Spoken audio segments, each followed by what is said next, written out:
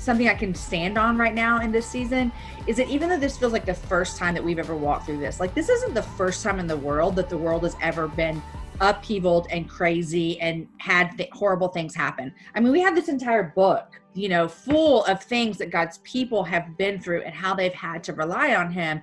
And so for me, what this season has made me think of is, okay, Jamie, all these things that you read and you believe about God and about his faithfulness and about the fact that he will take care of you no matter what, and about, you read the stories of the people wandering, for 40 years, and God still had a purpose in that and he still took care of his people.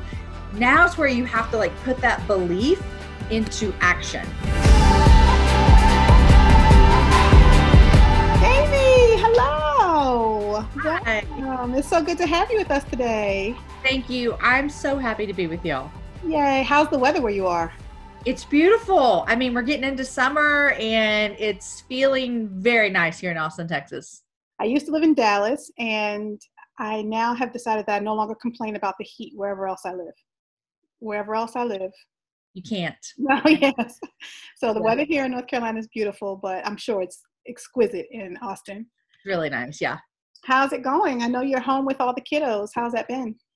It's been really well. We have 4 kids. They are all middle school and high school. And so they're doing all this online school, and their teachers and our school district have been amazing. So, I mean, really, I'm kind of just checking. Did you do this? How's this going? What's this looking like? And I have my office. It's an actual space on our property.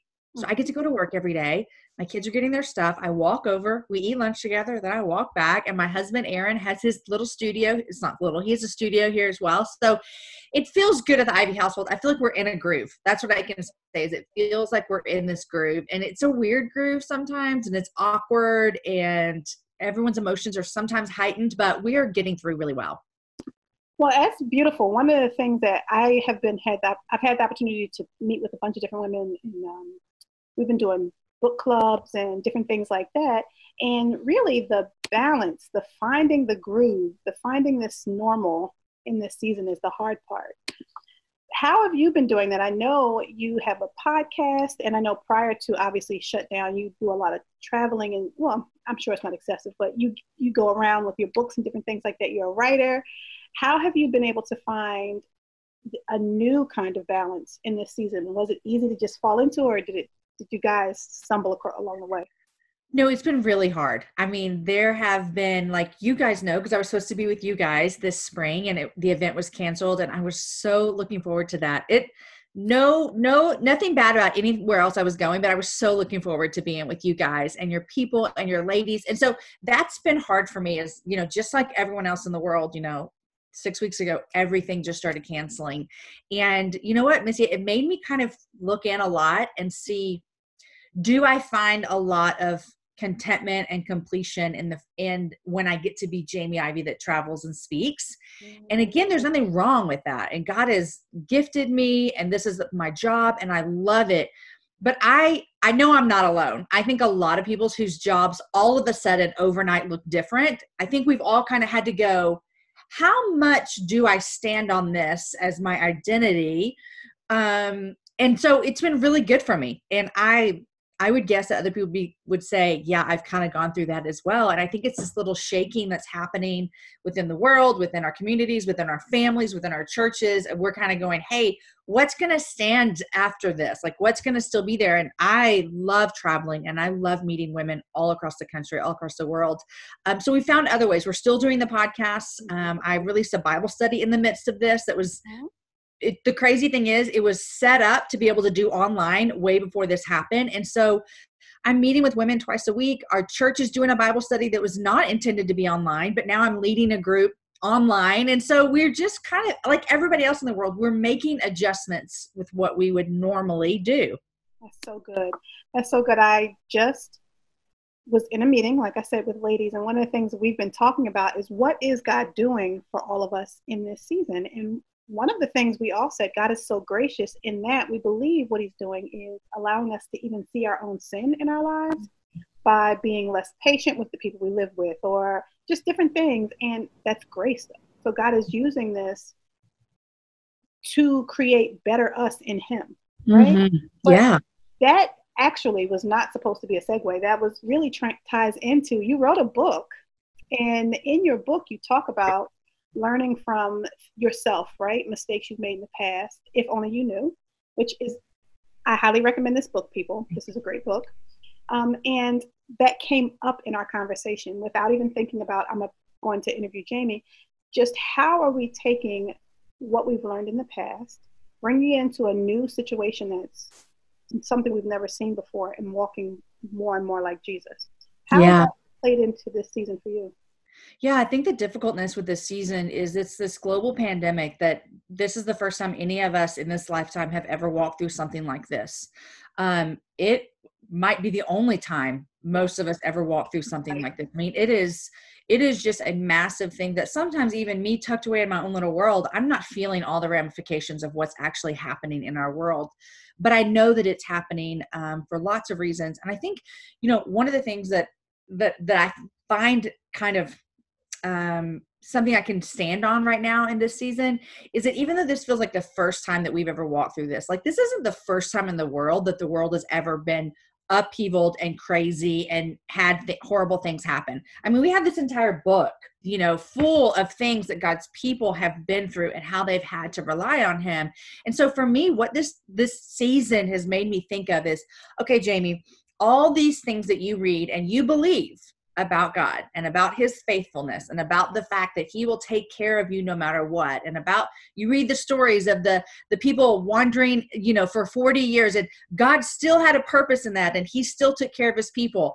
Now's where you have to put that belief into action. So it's one thing to talk about these things all the time. It's another thing to go, oh, so my friends are losing loved ones to COVID-19. My friends are losing jobs and having to file for unemployment. Oh, my friend doesn't know how they're going to pay rent for the restaurant that they own for the next 6 months. And so I think this is really, for me personally, it's making me have to go, okay, I read your word every day. I really believe every word to be true, but I need to now stand on that to be true. If that makes sense, what I'm saying, Missy, is that these things they become like second nature to us, especially those of us that are in ministry or we grew up in the church. It's like, oh, of course, God is faithful. Okay, well, now I need to believe that God is still faithful even when I don't have a job or someone dies to a disease. So I think that's what this is kind of bringing up in myself and in a lot of people that I've been talking to about this as well. Yeah, this is the perfect opportunity to flesh out what we really believe, right? Yeah. God is faithful. Are you panicking or are you trusting? And that doesn't mean that we don't go through the emotions, but at the end, where do we land? Yeah. We land on God is faithful, and so we trust him to bring us through this. That is so good, Jamie. And me personally, I've never been through anything like this. Like none of us have, but I've been through things before that maybe brought up some of the same emotions I'm feeling right now. Mm-hmm. And I can look back at that. You ask, how do we look at the past? And I can look back on that season and go, I remember what it felt like during it. I'm on the other side of it. And I can see where God's hand was in it the whole time. And so remembering those moments can bring us comfort and hope in these moments where we can say, there's a song that says, I've seen you be faithful before. I know you'll be faithful again. And that is kind of what I'm clinging to right now. That is so good. I had a pastor who once said we should create stones of remembrance. And in our house, we used to get these physical stones and paint them and just put things on them to remind us what God has done, so that when we begin to forget, we can go back and look and say, you were faithful. That is so good. Well, I want to shift gears a little bit. One of the things that is true about you and your husband is you're both in full-time ministry, right? And being in full-time ministry, everything is shut down. So I know that changes the way ministry is done, but it doesn't change that you're in full-time ministry, right? How do you find that balance between both of you being in ministry and being parents? And one of the things I know is true about you is you just said you don't have little teeny kids. So it's a little different, that it's not just peanut butter and jelly and diapers, but it's digging into people's hearts in these conversations. How are you finding balance in all of that? My husband is a pastor at our church, and he is a worship leader and leads a big team. And I host a podcast, The Happy Hour, and write. And so we both have busy jobs that are both pouring into people's lives. And we both love our jobs. We love the opportunities that God's given us. We're thankful for them. And like you said, we also have 4 kids. And so managing both people in ministry, both people with time consuming jobs and travel and leading people and things like that, and also leading for children. I would say that we're figuring it out as we go. Every stage that your kids are in, you have to kind of readjust and come up with a new game plan. Because like you said, our tiredness that we might have isn't because we were up in the middle of the night feeding babies. It's because we're up having hard conversations with our kids about spiritual things and emotional things. And those are to me almost more exhausting than the 2-year-old running around all day. But for Aaron and I particularly, I mean, we do a lot of checking in on each other. Just logistically, I mean, we have a lot of, we call them calendar dates. Like, we need to sit down, you open your laptop, I open mine, we're going to figure out the next month that way. And how are we making sure that we're both spending time with the children and with each other? And so it's a lot of conversation. It's a lot of talking. It's a lot of planning. And it's also a lot of believing in each other's ministries. I mean, I am a big supporter of everything my husband does at church. And because I travel and stuff, Missy, I'm telling you, I miss things that he does all the time and I hate it. But when I can be there, I'm like number one cheering him on. And so I think that we both have this understanding that even though we're doing separate things, we're actually on the same team with the same mission. Like, we want people to know Jesus. And so that's our same mission, no matter if he is leading worship at church or leading a creative team, or I'm making a podcast, or I'm traveling and speaking at a women's event. We want people to know and love Jesus. And so we have this unifying mission, even though it looks so different sometimes. And with kids and travel, I tell my kids all the time, whenever I do get to ever leave again, or when I've left before to go speak at events, I tell my kids, listen, if mom's leaving, and it's not like to go on vacation with your dad, because I do that as well. If mom's leaving to get on an airplane, it's because I'm going to tell people about Jesus. And so that is a way that I kind of feel like I can bring them into even my ministry of, I'm going to tell people about Jesus. That's why mom's leaving. And that's what God's equipped me to do. So family and 2 people in ministry, it is so beautiful, but it takes a little bit of extra planning and work and intentionality on each other's parts. Yeah, but that's beautiful. That unified mission, that idea that the Iveys are on mission and not just Jamie and not just Aaron. And when my kids were younger, my husband did a lot of traveling. And one of the things I would tell my kids is that in this particular season, Dad is doing ministry, but the branches are doing ministry. So we're his prayer team. We are his, reps in the house. And it was intentional to have them feel involved in it. Are there ways that you do that with your kids to make them feel involved in you and Aaron's ministries? When you just said that, it made me think that when my kids were younger, I was a stay-at-home mom. And so this is new for me in the past 6 years. And so when our kids were younger, I was what you just said. Aaron would go out, and he was a pastor at church, but he traveled a lot more then than he does now. And so I was this, keeper of the home and take care of the children. And I remember I read something one time. It was one of those days where I don't know if you ever felt this way. I'll take the blame here. I was feeling like Aaron had all the fun. Aaron got to do all the ministry. I'm just at home taking care of kids and I mean, pity party to the max is what I was having. And I read an article that Billy Graham, when he would travel, and when Billy Graham traveled, I mean, there was no cell phone, there was no like hop on Instagram, nothing. And he was gone for months at a time doing his evangelism, big events. And his wife would tell their kids, she said, how awesome that God picked your daddy to go do the work. And that changed my whole perspective, because I realized, man, what an honor it is to serve Aaron by taking care of the kids and serving here at home so that he can do that. Now, I mean, the flip side, there's plenty of women who are going out at the same time and they're figuring out the childcare situation. But all that to say, I've lived both ways. Like, I've lived both, where I have been the taker of care of the children, and I'm sending Aaron out, and we are still on mission together. Like, do not think that it's just Aaron on mission. Like, the Iveys were on mission then, just like we're on mission now. And now we're both going out. And so I've lived both worlds. And my encouragement to the woman who is taking care of the children while her husband might be going to a job every day or whatever, you feel like, man, this is a lame life for me. Like, I'm stuck with all the kids.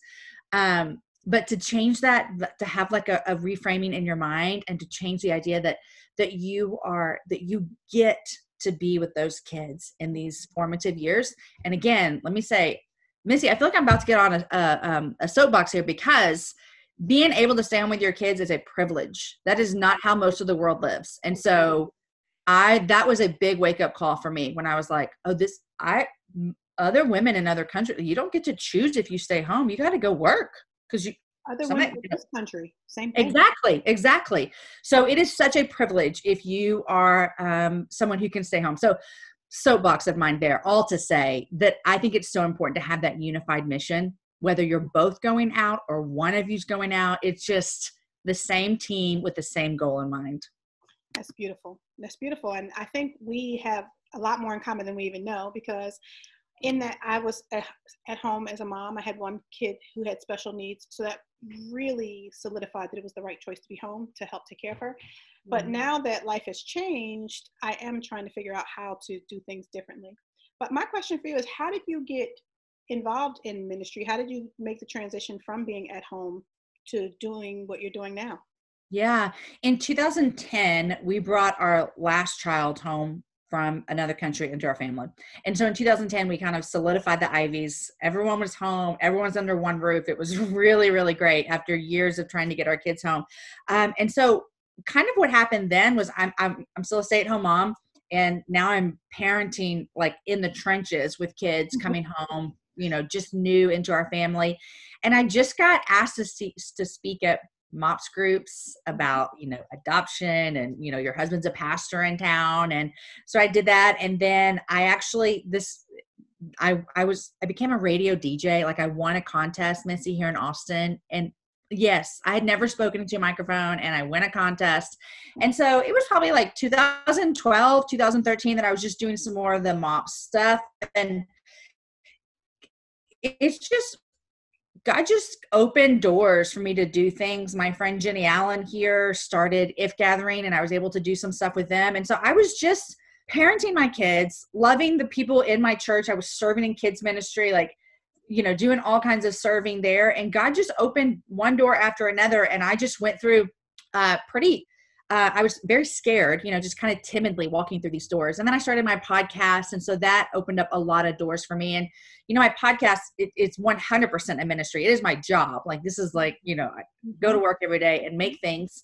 But I see my podcast has been just the greatest joy for me to know that women are tuning in every week, and I have earned trust with them. And so I get to bring other women on who are able to share their stories and point people straight back to God. And so I got started one scared foot in front of the other, just people asking me to do things. And I mean, honestly, I was serving at my church before I was doing anything else. And I think that is something that I'm always encouraging women is, the idea that you want to write a book or travel and speak or whatever, fill in the blank that you want to do that you think would be equal ministry. Man, what do you serve in your local church? Like that is ministry, and ministry can sometimes get this idea that it's like, oh, these people do ministry, and then we're just like serving down here. Man, no way, any way. And it doesn't have to be a job in a church to do ministry. I mean, any way, when you're pointing people to Jesus, you are doing ministry of the gospel. And so serve what's right in front of you. Like, look around. How can I serve right now? And then God is faithful to bring you to places and jobs and events where he wants you. So I literally never had a dream board that says I want to have a podcast one day, or I want to speak or write a book. Like, none of that. God just was faithful to do the thing right in front of me.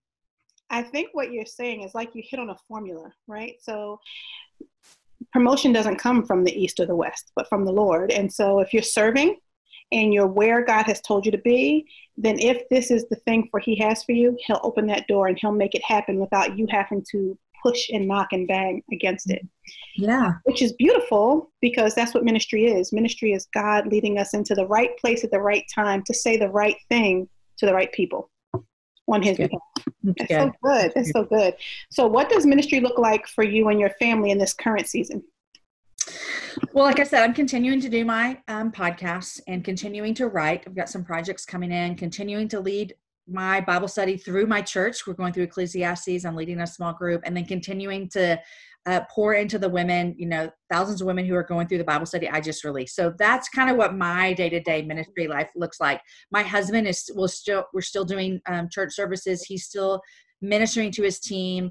Our family we are praying for things that are going on. We're talking to our kids about current events, and really trying to just engage them in what we're doing. I mean, the sweetest thing was every Thursday I'm on a prayer gathering with women from all over the country, and we pray every Thursday. And my daughter walked in last Thursday and just sat right here with me and prayed with me. And I just was grateful for her to be able to see that, because I mean, again, they're in the house doing school and I'm over here doing work. And it was a special moment for her to be able to engage with me in something that I'm doing every single Thursday that she probably didn't even know about, until she wandered into my office.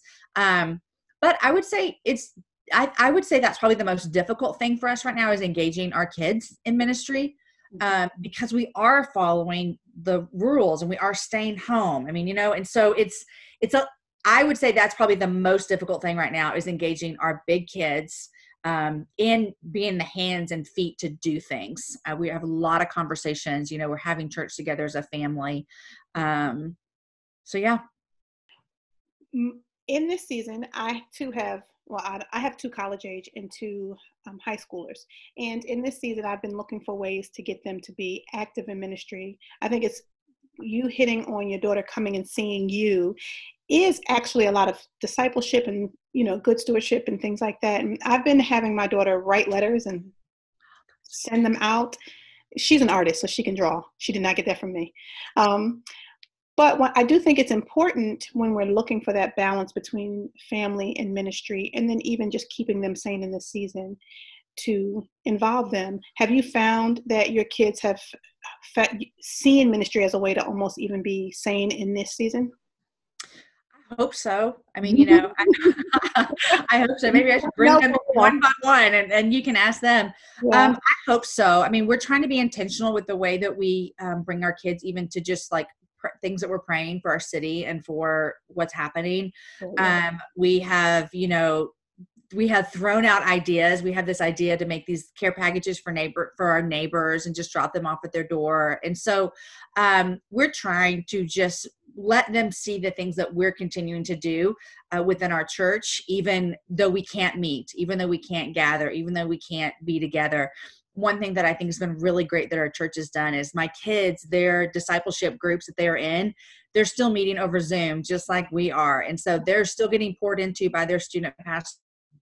The student administrator at our church is doing a lot of things to try to really keep the kids engaged. And I'm proud of our church for creating resources for the parents to try to, how can we walk alongside and be doing and talking about the same thing as they're getting from their discipleship groups. And so it's been good. I think they're trying to figure it out. We're all trying to figure it out. And, for us, our kids are not normally home all day. We're not homeschool parents. Yes. And so even the things that Aaron and I do in a day-to-day, they would not be here for them. When I have a Bible study that leads to my house once a week, well, my kids are never here for that, and now we can't do it because of the standards of stay at home stuff. But we're trying to tell them things and talk about things and walk hand in hand with their student ministers and talk and teach the same things at home that they're doing through their discipleship groups. What are some of the misconceptions? And I'm asking you this because we're having really good conversation about this, and this is sort of a soapbox. What are some of the misconceptions that people believe about what could be, or have to be sacrificed in order for you to be a mom and in ministry? Oh, Missy. So you're asking me, what are some of the misconceptions that people think it would have to look like? I mean, we can talk about this together, because I think that a misconception would be that you can't. I mean, just like straight up that it's impossible. Or a misconception would be that it would only be that you would be, doing childcare ministry or serving in that aspect of the serving your church, which is amazing. And we need that if that's your gifting. Oh, right. That's not a bad thing. None of these are bad. No, right. It would just be the misconception that that's all that there would be available. I've had people ask me before, like, what do you think your kids think about you traveling. And my ministry includes travel. And so I told you before that I talk to my kids all the time. Like when I leave, it's because I'm going to go tell people about Jesus. And I hope my kids remember that. Like, I hope they see that they're a part of that as well. They're sending me. It's a sacrifice on everybody in this family to have two parents that are in ministry. It just really is. But you know what? Like, there's a lot of families that sacrifice for way less things. I mean, I have friends and this is not bad if this is your job, but if you're like a college football coach, your family has a lot of sacrifices for you to do that job. I mean, it's just truth. And there's nothing wrong with that. So I'm saying, like, there's this misconception that sacrifice equals bad. And I just don't think that's true. I think that the fact that my kids have to sacrifice, and my husband and myself, we're all making sacrifices for the Ivey family to do what we do. And that doesn't actually equal bad. And so I don't know, what else do you have or some misconceptions? Well, I do think that people believe that if I'm out traveling, then no one in my house is being cared for. Oh, yeah. Dinner, the house is falling apart. If I'm out traveling, my husband can't possibly be functioning. You know, those types of things. And you're like, well, if I did a decent job as a mom, then when I do go out, now that they're not 2 and 3, you know, they should be able to. My job was to give them some skills. Yeah. Well, then that would be the misconception too, that your husband can't do anything. Like, he's just this helpless man. Oh, poor man has to take care of the kids. Well, he's their dad. Like, don't even get me started about, he's the dad. He can take care of the children. And the thing is, my husband like celebrates. He every time I leave, I'm not kidding. Every time I leave, if it's early morning and I'm leaving to get on a flight, I wake him up to tell him bye, and he looks me straight in the eyes. He said, "I'm so proud of you." Every time. Every time. And so, like, we're in this together. And so that is a good misconception. That's just not true. Another misconception, I would say, and I don't know if you found this, is that because your job does require you to travel, or you're in full-time ministry, you're trying to throw off the quote trappings of being a wife and a mom. Like, you don't want that as well. You know what I'm saying? Yeah, no, I hear what you're saying. And that's another misconception for sure. You know, I think that misconception comes from something that I think the church has inadvertently done. Not everyone in the church, but I would say that there have been some message communicated that your highest calling is to be a wife and a mom. And I just do not think that that's true. Because if that's true, then I have a friend who is telling people about Jesus day after day, and she's not married and she doesn't have kids. And so my highest calling in life is not to be a wife and a mom. It is, I am so happy that God gifted me with both of those things. Like, I love my life. I love my people, but my highest calling is to be a disciple of Jesus Christ and to go into all the nations and tell people about him.